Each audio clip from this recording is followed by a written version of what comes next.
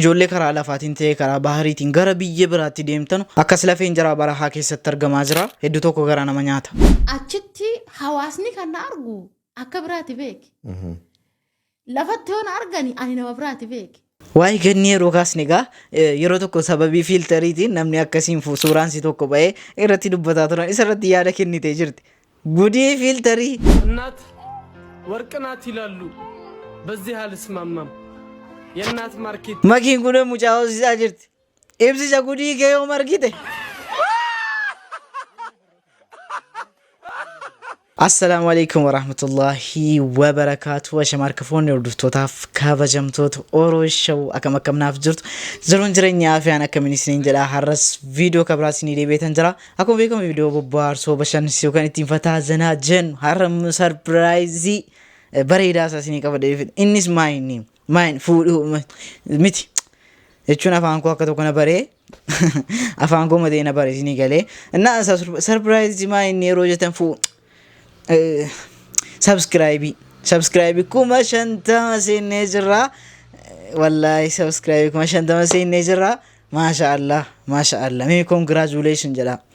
Namni congratulation naan hin jenne adda. Bakka YouTube'n Yunaan jedheera isinii galee. YouTube'n Yunaan jedheera isin immoo Yunaan hin jenne jechaadha. Rabbumti isin niisu isinii galee. Rabbumti isin niisu.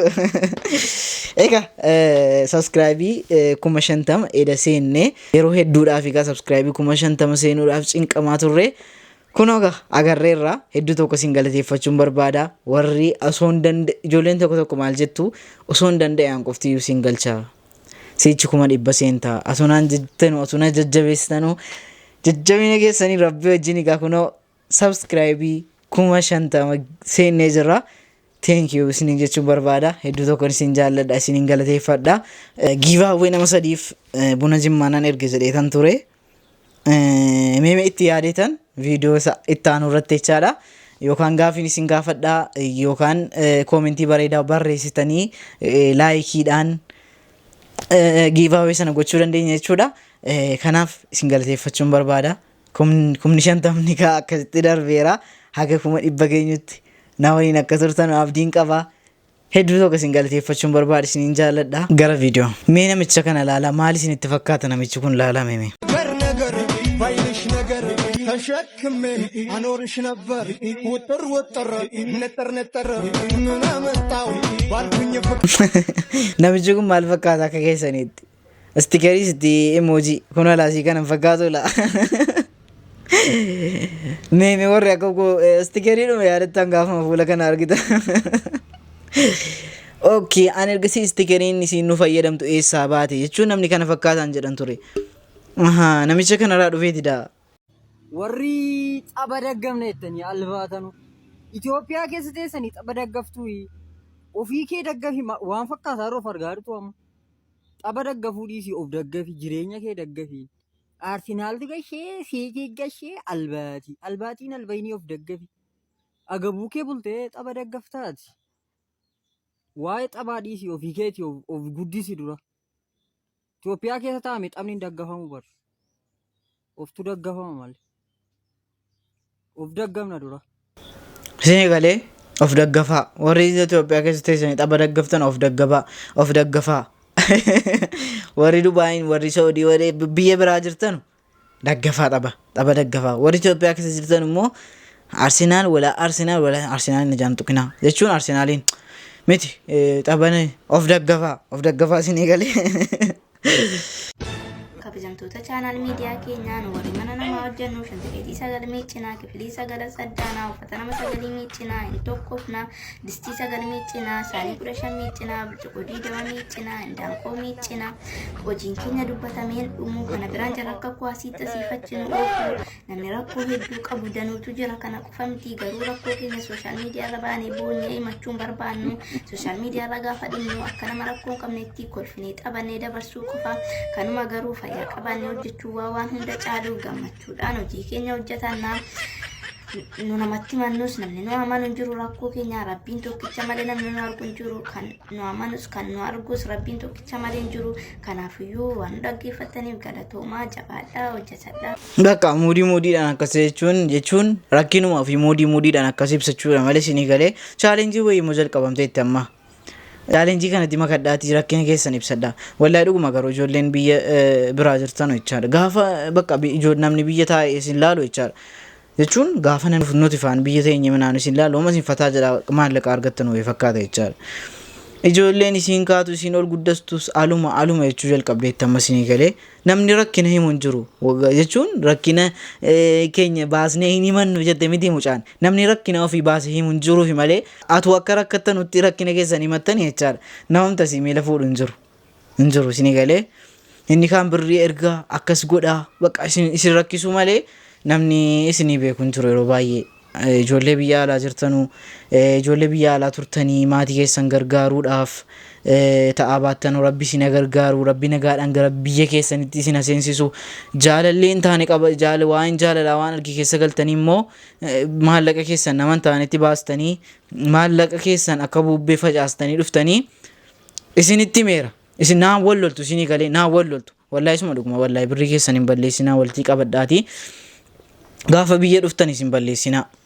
Gaafa biyya dhuftanis akkaataan jiru kana cimaadha isinii galee birriin gaafa isin nama harkaa facaatu hin beekamu gaafa isin facaatee dhumtu qofa isinitti mul'ata laa isinii galee gaafa biyya dhuftan ammas deebi'een deema waan arga dhiisaati haajaa waan akkasii dhiisaati of eeggadhaa hojii qopheeffadhaa jechuun gaafuma achi ka'uu dhufuun keessan gahuu ka'e jechaadha as taa'ee naqee achi taa'ee hojii mijeeffadhaa waan arga dhiisaati mana amma kanaan naa kireeffadhu hojii akkasii jalqabuufi obboleessan dhabdanu abbaan dhabdanu jarattis yaala agbaab birri ndaasatu wallahi birri keessan akka haalan taane ittiin kenninaati of eeggadhaa birri keessan nagaadhaan kan mana kiraayii qofatti erginaan iyyuu ga'a achumaan qodaa gidee dhuftan bitattanii itti galchitanii hojii keessan hojjettu yoo heerumuu ta'e isin heerumtu jechaadha malee birriin bazzarinaa namni isiniif yaadu hin jiru wallahi namni yeroo kana isiniif yaadu hin jirudha namni of malee namni nama yaadu hin jiru yeroo kana isinii galee kanaaf isin jaalladha wallahi akka isin dhuftanii rakkattan hin barbaadu gorsi kun guyyaa tokko waan isin fayyadduuf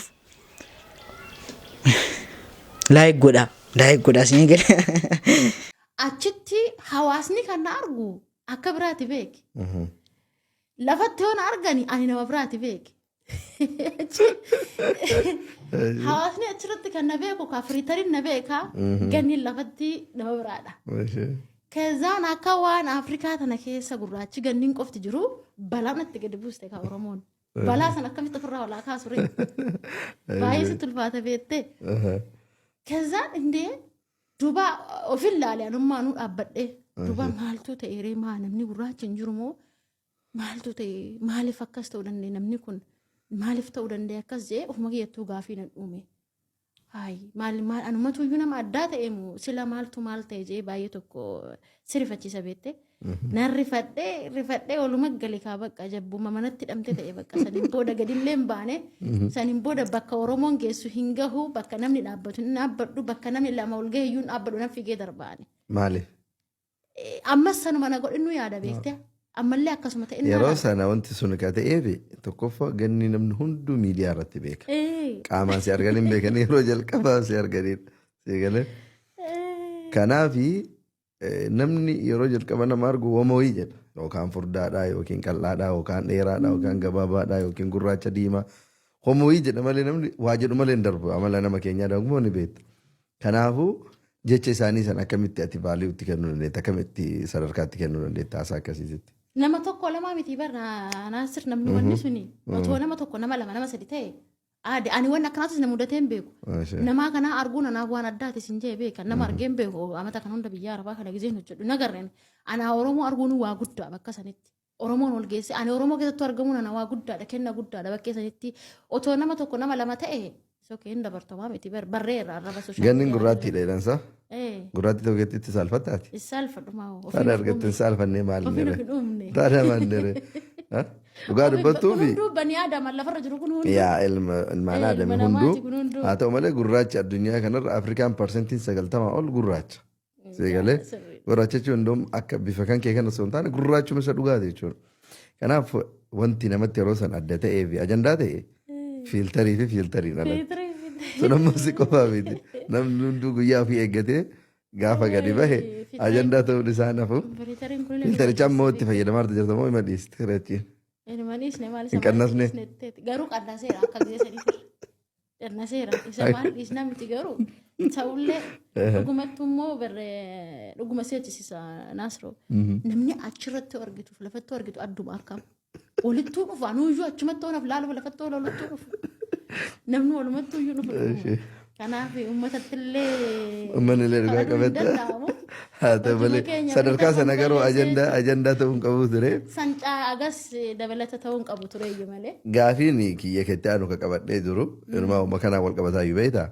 Sana qofa waa'ee guyyaa san ta'e. Egaa akkuma dhageessan asirratti ganni irratti yeroo tokko waan irratti taa'aa ture asirratti dhiyeessine dubbannee jirra waan namoonni irratti godhaa turan yeroo san illee gara Dubaayii dhuftee hedduu tokko dhukkubaanii ture isaan wal qabatee egaa kunoo ganniin baate fiiltariin gudii nama gootisinii galee Oromoo fiiltariin gudii nama gootisinii galee. Wayyoo garuu wallaa yeroo baay'ee ijoolleen jechuun ani ijoolleen sooshaal miidiyaa irratti na beekanu yeroo baay'ee na arganii beeku magaalaa keessatti ijoolleen baay'een na dubbisanii beeku an fiiltarii ani yaaddu baay'ee kaameeraadha kaameeraan qulqulluudha ifas qaba jechaadha an magaalas miti jira diimaadha isinii galee na yeellaa isin akka na ijoolleen dafanii na baru anaan dafanii na baru isinii galee namni akka koo bareedu namni akka koo fuula akkas qabu hin jiru isinii galee kanaaf yoo magaalaa Jimmaa keessatti Oroo show argitan na dubbisaa isinii galee na hammadhaa isinii galee an durban jenne maakiin mucaa bareedduu eessaa fidde wuuy እናት ወርቅ ናት ይላሉ በዚህ አልስማማም የእናት ማርኬት የለም በብር አትገዛ ፊደላት ተጣምረው ቢፈጥሩም ቃላትን ልብ ወለድን እንጂ አይገልጹም እናት